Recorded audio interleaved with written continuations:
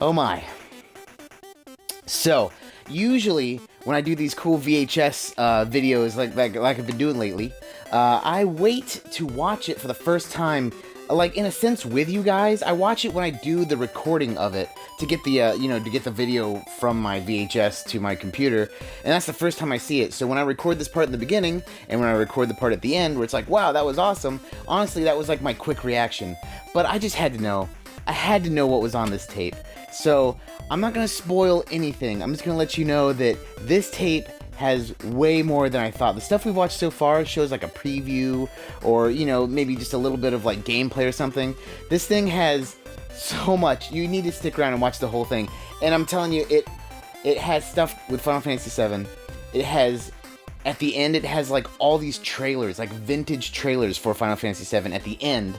Before the end, it has previews for like other 90s PlayStation Square RPGs, and in the middle, oh my god, it has interviews with like all of the creators of Final Fantasy VII. I mean, like the music composers, like everyone, all the names you know, but like back in the 90s when they're younger, and it has them, answering questions. This is awesome. I'm not gonna hold you up too much longer. Let's look at this tape in detail. Let's check out the Final Fantasy VII Squaresoft Collector's Videotape.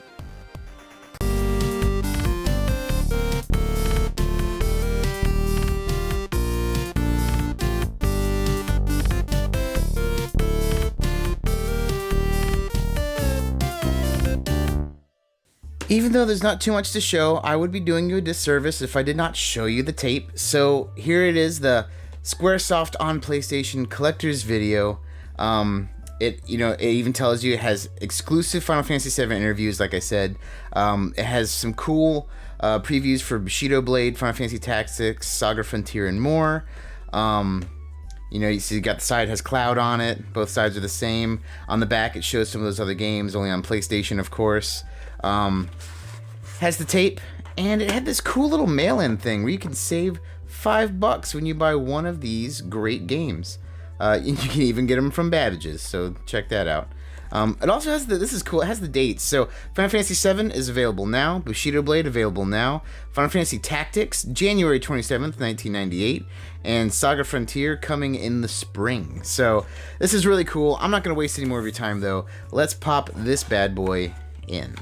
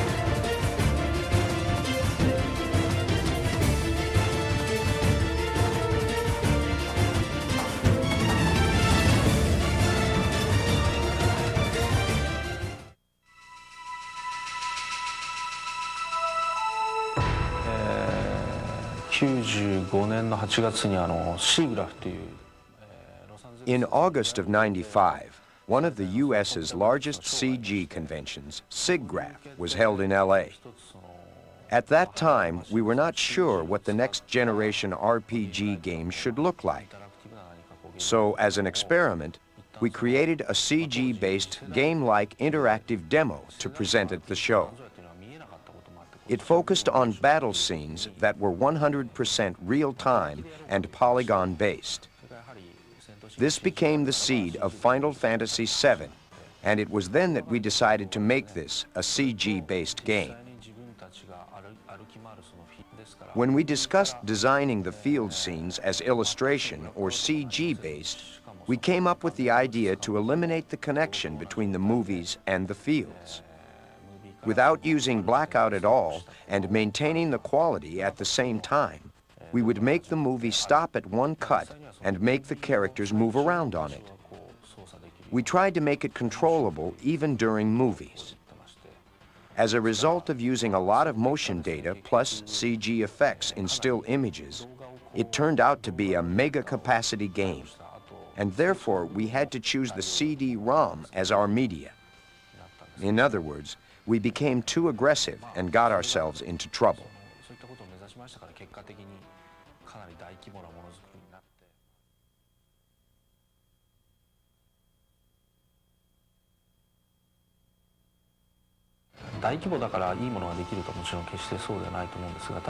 A larger developing team will not always create a better game.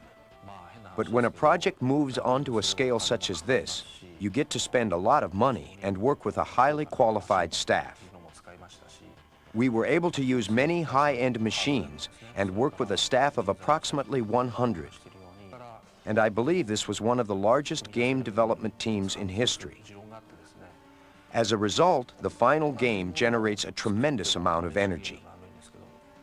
My theory is this: if one person creates a game, it can be a racing game or anything, or 10 people create the same game, the one created by 10 people will be much richer in scope.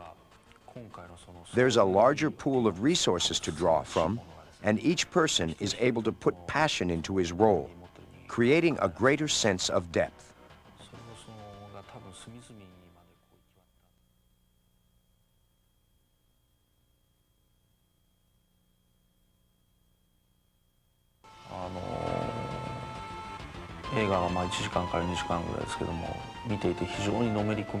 It is easy to get emotionally involved with both films and games, although in different ways.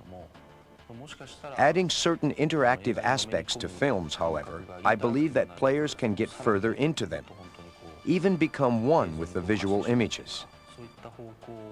I have always emphasized visual and sound effects because rather than making my games equivalent to films, I want my games to surpass films. That is my goal.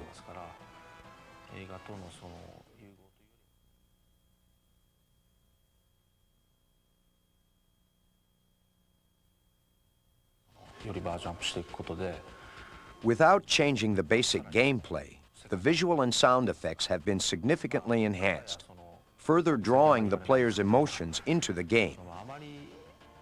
One-way RPGs force too many images and too much sound on the players, robbing them of the feel of control.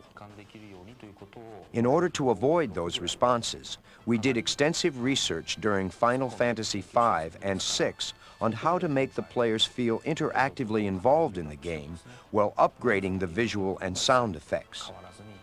The results of this research are reflected in Final Fantasy VII.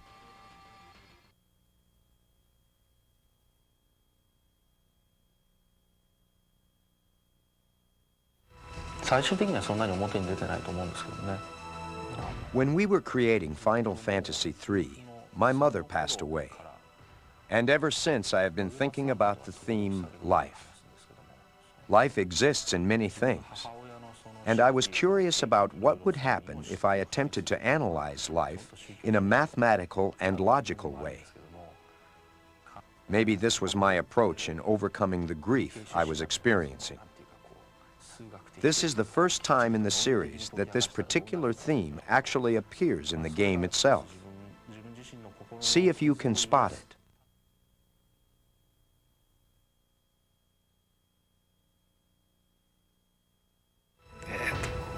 7 CD ロムになって大きな変化っていうのはThe most significant difference to us was capacity. Before, we were given restrictions in capacity, so we had to create one basic model and fiddle around with it, making players believe there were variations. It was a good way to become resourceful in limited circumstances. But on the CD-ROM, that restriction was completely taken away, and we didn't have to worry about various ways of modifying one basic model. If we needed 100 models, we could create each of them from scratch. The basic concept you have when creating RPGs is to imitate the real world and create a fictional world within the game. We have followed that concept in previous versions of this series, but technically, we had to use one basic model in different ways, or use a world symbolized specifically for game use. Now it is much easier for us to achieve our original goal. We can now express more of the real world in the game. これまでのファミコン、スーパーファミコンの時は全体の The number of simultaneous music output channels used to be 8 in the Super NES. Now it's 24. We leave 8 of them open for sound effects, so we have 16 to use for the actual music. That adds a lot of richness to the music. For example, when you hit the piano keys with both of your hands, you get 10 notes at once, and you won't be able to create that kind of a sound on Super NES. Suppose we create that piano-type sound with 10 notes, and you still have 6 notes left. This means you can fit in sounds of other instruments, and this certainly adds complexity to the game. ですね、今回に関してもコンピュータグラフィックスの技術っていうのを2通りのパターンとしてゲーム中に We were able to use 2 types of CG technology in this game. One is the movie technology, where you create motion pictures using CG software and store it on CD-ROM. The other is polygon-based technology, where you create 3D objects and make them move. It is amazing to see new images being generated one after another, and all being played smoothly on the game console. You realize how powerful current technology is. ロムから CD ロムになってだんだん今までは Thanks to CD-ROM, cinematic expressions which were impossible in the past have become available. For example, we can now show close-ups on characters' faces, and using various camera angles, the game screen is no longer a stage-like space. However, movies can be seen in movie theaters. In order to make this thing attractive to game players, we tried hard to put playable elements in the scenarios. We made it so players will not have to follow our pace.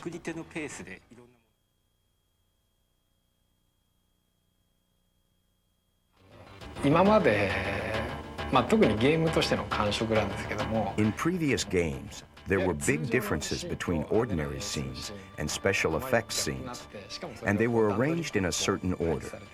The players would accept that as an established style and take for granted characters going through monotonous map scenes and then special effects being used in highlight scenes.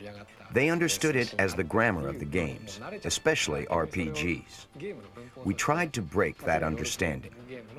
For example, even in map scenes, the characters won't just move horizontally, but special, sometimes thrilling effects are added. In highlight scenes, we didn't make it too elaborate so that it will excessively stand out from the other scenes. The players will enjoy the flow of the game from the beginning through the ending, without noticing any intervals or arranged orders.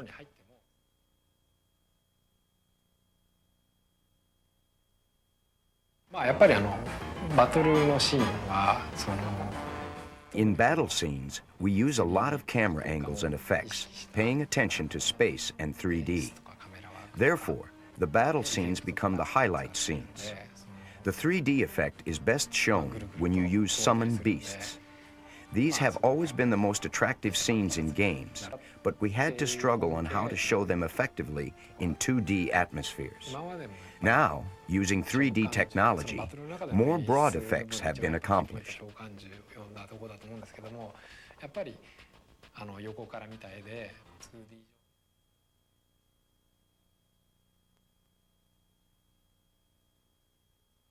フィールドを歩く時の曲が The music in the field scenes, which is where the character walks around, has a unique flavor that no other RPGs had in the past. We intentionally eliminated the up-tempo, inspiring, rousing type of feel, meant to encourage you to embark on a journey that usual RPGs have. Instead, some parts of the music will rise melodiously. Some parts will make you feel insecure, therefore creating various expressions within the same field of music. I assume players will get a different feel from it compared to previous RPGs. To tell the truth, I hope so, since this is my own experiment.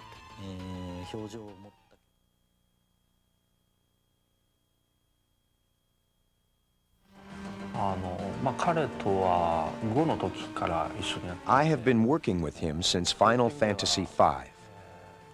When he joined Square, he told me he initially wanted to become a film director, but that he thought this would be impossible in Japan.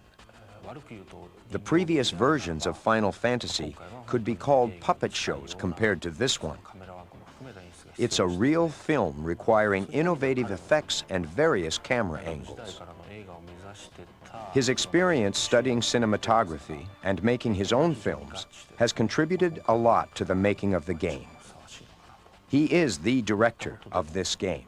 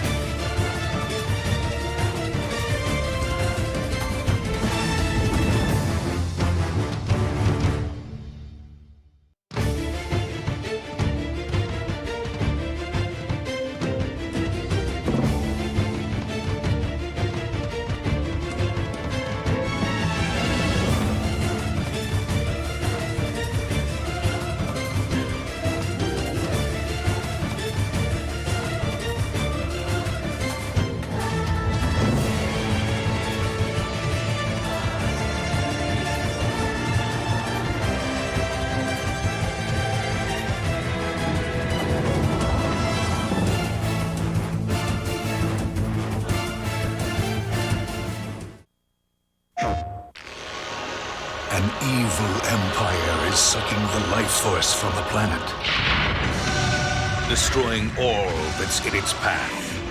It's up to one soldier of fortune to save the world. If he succeeds, you survive. If he fails, you can always hit the reset button. Final Fantasy VII. PlayStation. Beyond the edge of reality lies a story of ultimate conquest, a story of war and friendship, a story of a love that can never be, and a hatred that always was. And now, the most anticipated epic adventure of the year will never come to a theater near you. Final Fantasy VII. PlayStation. More than 200 animators and programmers. A multi-million-dollar production. Over 2 years in the making. And a cast of thousands. They said it couldn't be done in a major motion picture. They were right. Final Fantasy VII. PlayStation.